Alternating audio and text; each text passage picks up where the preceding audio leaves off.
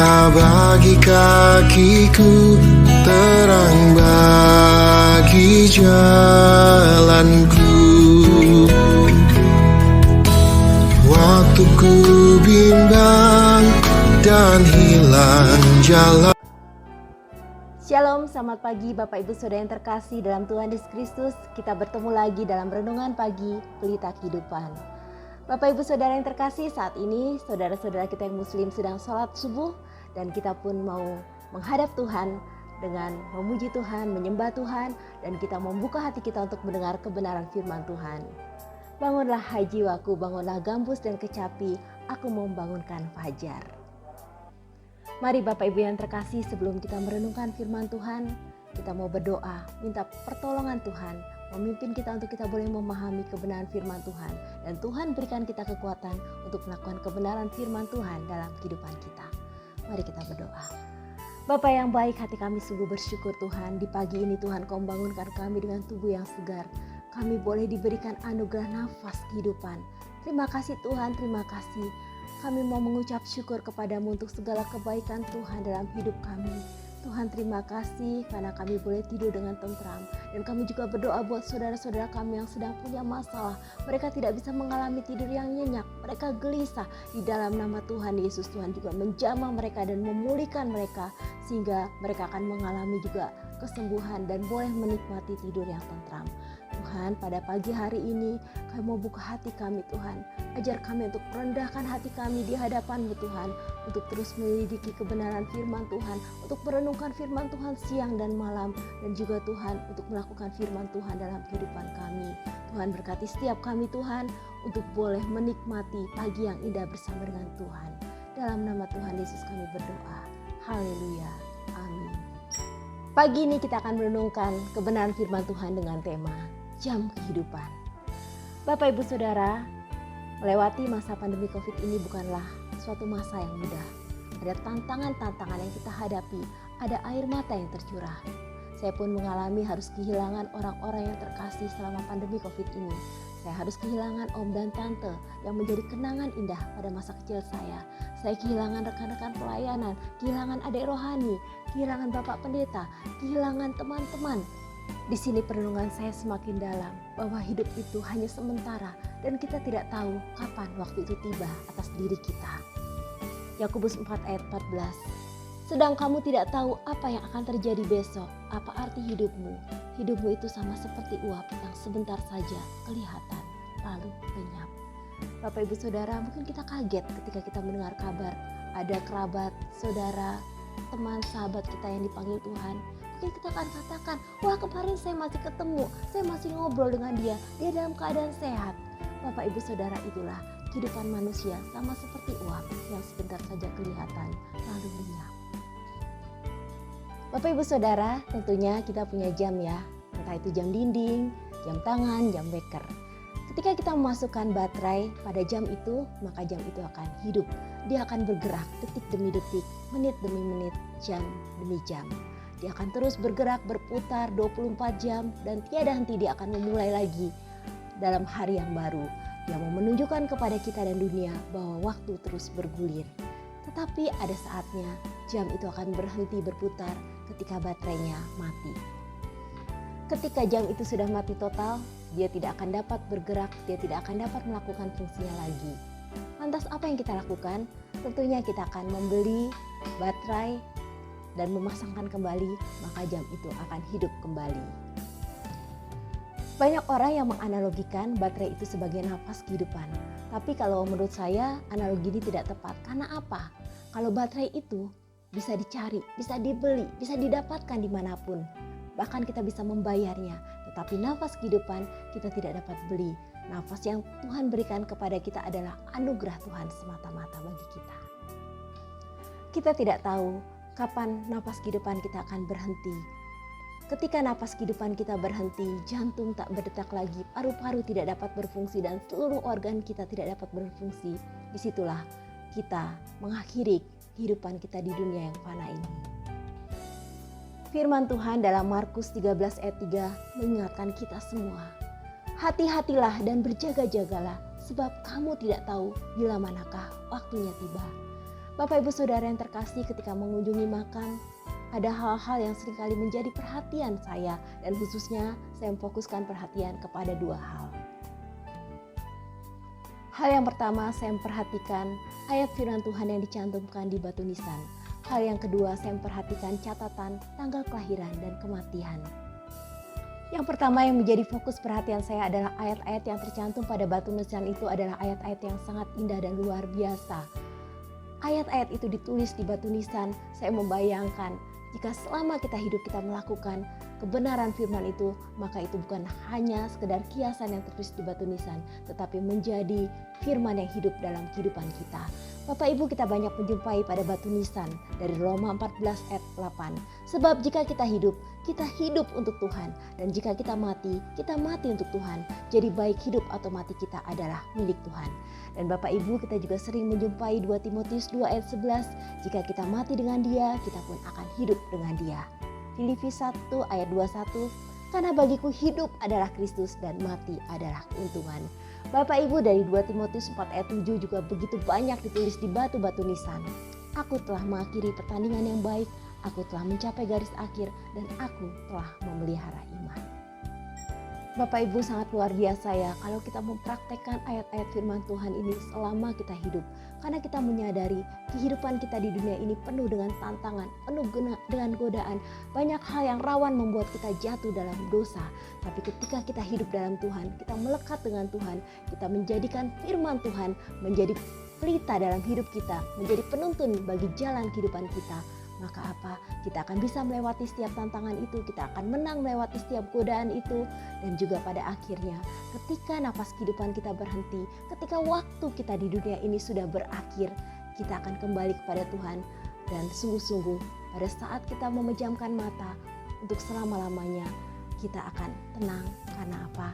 Kita sudah melakukan bagian kita selama di dunia ini.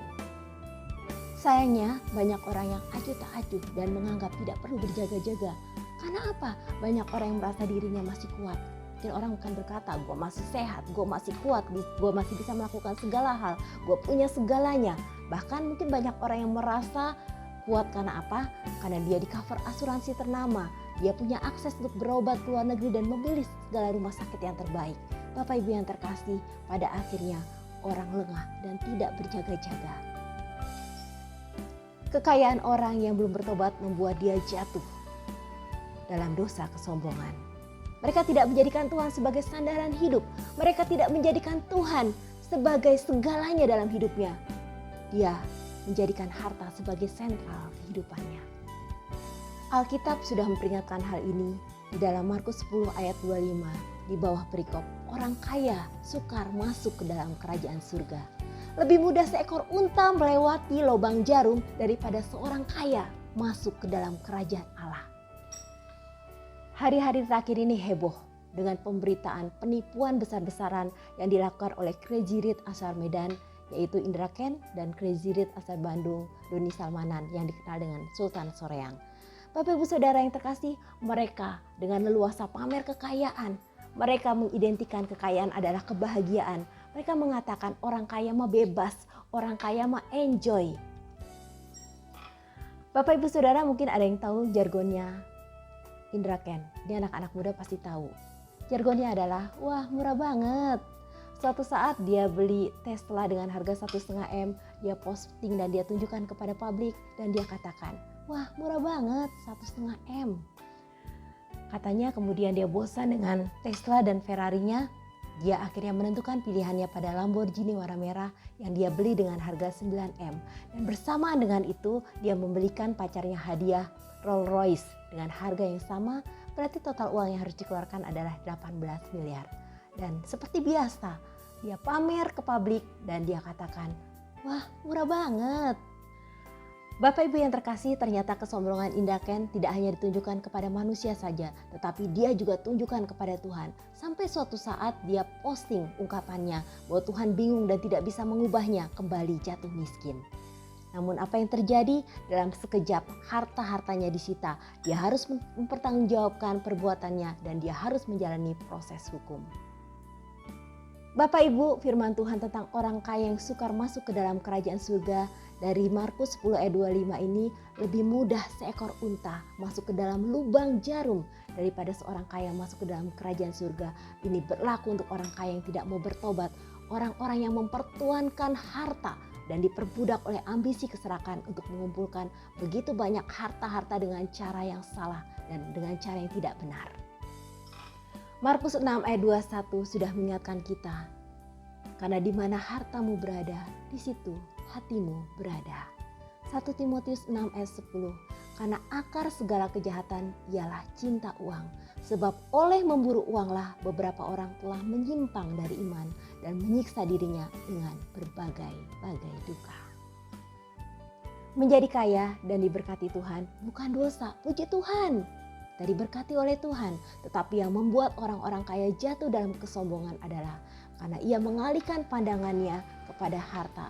Dia fokus pada apa yang dia punya. Dia menjadikan apa yang dia miliki itu menjadi kekuatan dalam kehidupannya. Dia tidak pernah lagi menjadikan Tuhan menjadi sentral kehidupannya. Yeremia 17 ayat 5, beginilah firman Tuhan. Terkutuklah orang yang mengandalkan manusia, yang mengandalkan kekuatannya sendiri dan hatinya menjauh dari Tuhan. Bapak Ibu Saudara, biarlah ayat-ayat firman Tuhan yang begitu indah, yang luar biasa ini bukan hanya akan menjadi pajangan pada batu nisan kita kelak, tetapi biarlah itu menjadi bagian dalam kehidupan kita, menjadi sesuatu hal yang tidak terpisahkan dari hidup kita, firman di dalam kita, dan kita terus melakukan apa yang menjadi bagian kita sebagai anak-anak Tuhan. Mari, selama jam kehidupan kita masih berputar, kita masih punya kesempatan untuk melakukan hal-hal yang terbaik dalam hidup kita, mempersembahkan hidup kita bagi Tuhan, memuliakan nama Tuhan, dan juga melayani Tuhan, sampai pada akhirnya kita menutup mata untuk selama-lamanya. Bagi saudara yang berbisnis, berbisnislah dengan cara Tuhan, dengan cara yang takut akan Tuhan. Tidak pakai curang-curang, tapi semuanya lewat prosedur Tuhan. Dan lihat bagaimana Tuhan melimpahkan berkat yang luar biasa. Bagi saudara sebagai seorang karyawan, bekerjalah dengan loyal, dengan tekun, dengan kasih. Maka apa? Tuhan akan melipat gandakan berkat-berkat dalam kehidupanmu, asal lakukan bagian dengan benar. Bagi saudara yang pelajar, mahasiswa, belajar dengan tekun. Karena apa? Saudara akan melihat hasil yang indah tepat pada waktunya. Saudara akan lulus, akan menjadi sarjana, akan mendapat nilai yang baik, dan juga Tuhan akan memberkati dengan pekerjaan yang terbaik. Saudaraku yang terkasih, buat mahasiswa dan pelajar nih, jangan pernah nyontek. Lewati setiap prosesnya Tuhan dengan baik. Bagi kita setiap hamba-hamba Tuhan, melayanilah Tuhan dengan hati yang takut akan Tuhan, dengan tulus, dengan setia, dan hidup berkenan pada Tuhan. Bapak Ibu Saudara yang terkasih, mungkin sebagai hamba Tuhan, kita juga mengatakan, hamba Tuhan juga manusia, punya banyak kebutuhan. Bapak Ibu yang terkasih, sebagai hamba-hamba Tuhan, jangan pernah melayani Tuhan dengan berorientasi pada uang.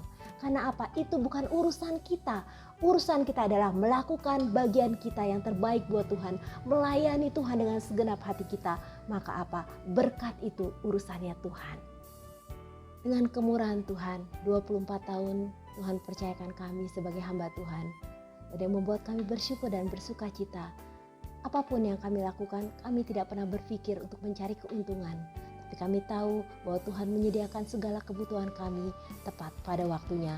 Sehingga kemanapun kami melayani, rasanya melangkah dengan sukacita. Karena kami tahu ketika Tuhan percayakan kami, jiwa-jiwa untuk kami layani itu sudah lebih dari cukup buat kami. Dan kami bersuka cita. Bapak Ibu Saudara yang terkasih, mari kita hamba-hamba Tuhan, lakukan bagian kita.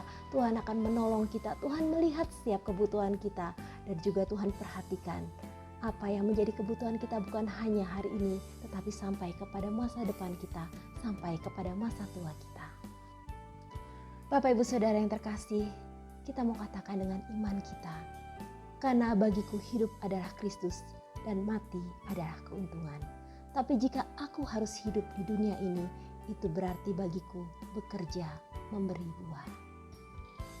Bapak Ibu yang terkasih, hal yang kedua yang menjadi fokus perhatian saya adalah di batu nisan itu tercantum hari kelahiran dan hari kematian. Bapak Ibu, waktu saya mengamati nisan-nisan yang ada, ternyata di situ bervariasi. Ada yang jam kehidupannya sangat singkat, ada jam kehidupannya yang durasinya sangat panjang. Kadang-kadang saya kepo. Saya dekati penjaga makam, saya ajak ngobrol dan saya tanya, "Pak, ini 5 tahun meninggal kenapa?" Bapak itu bilang, katanya sih Bu, anak ini sehat, lagi digendong mamanya lagi suapin. Tiba-tiba makanannya keselak dan napasnya berhenti.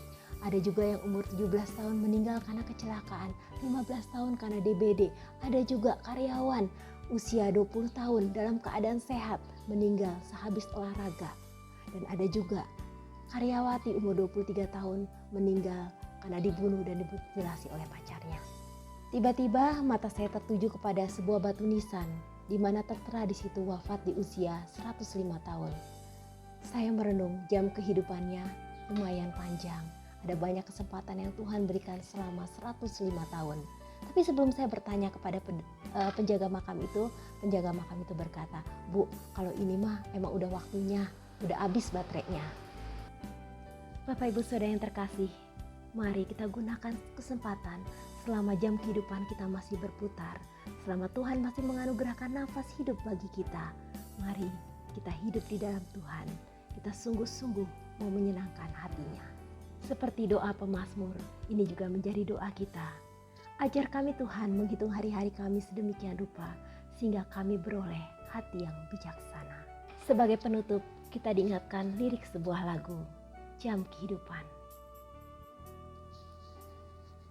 Jam kehidupan diputar sekali, dan tak seorang pun tahu kapan kan berhenti. Mungkin hari ini, mungkin esok, mungkin nanti, cepat atau lambat, tak seorang pun tahu bila waktunya. Jam kehidupan diputar sekali, dan tak seorang pun tahu kapan kan berhenti.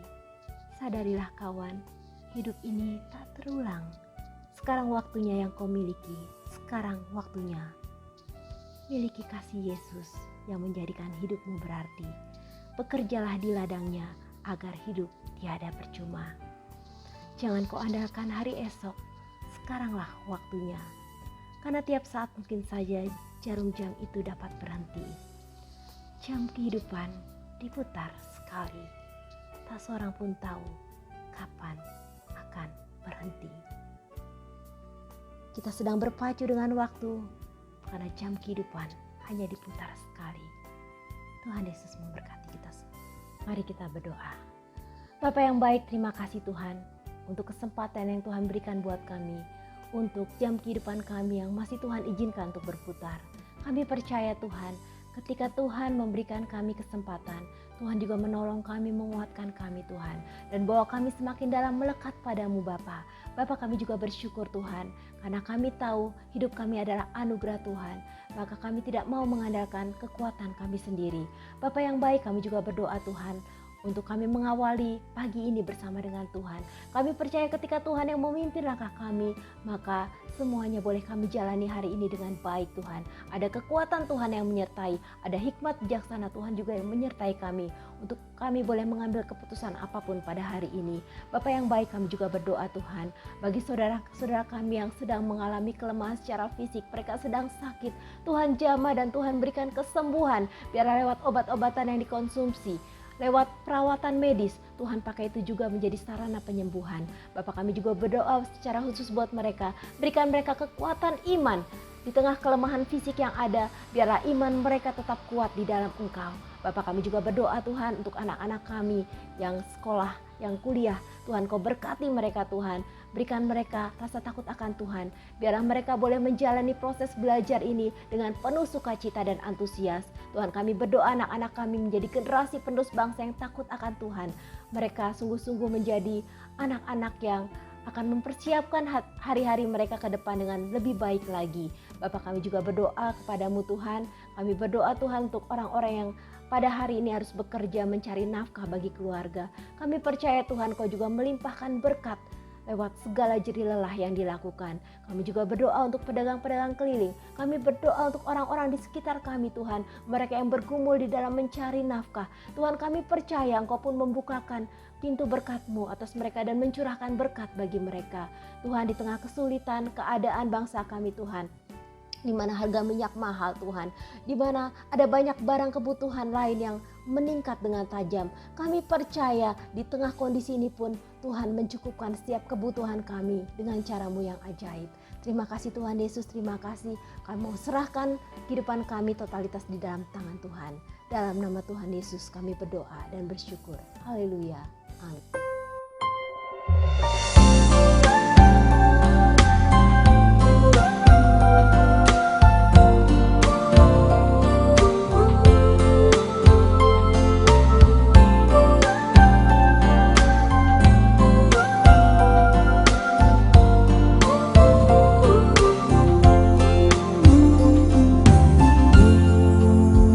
Ajar kami Tuhan menghitung hari-hari,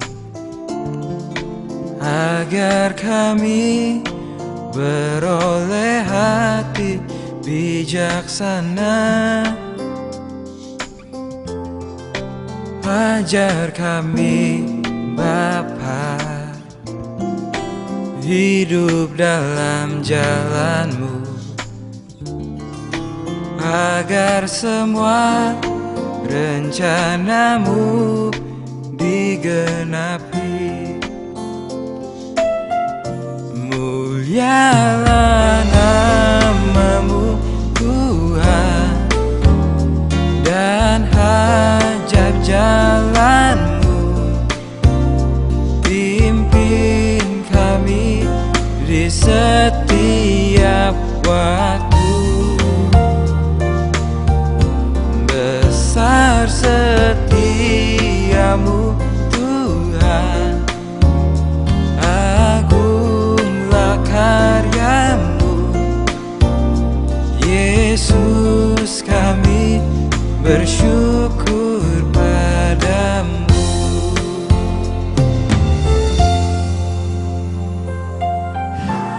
Masa hidup kami 70 tahun, dan jika kami kuat 80 tahun, dan kebanggaannya adalah kesukaran dan penderitaan. Karena itu, ajarlah kami ya Bapa, menghitung hari-hari kami sedemikian, hingga kami beroleh hati yang bijaksana. Ajar kami Tuhan menghitung hari-hari, agar kami beroleh hati bijaksana. Ajar kami Bapa hidup dalam jalan-Mu,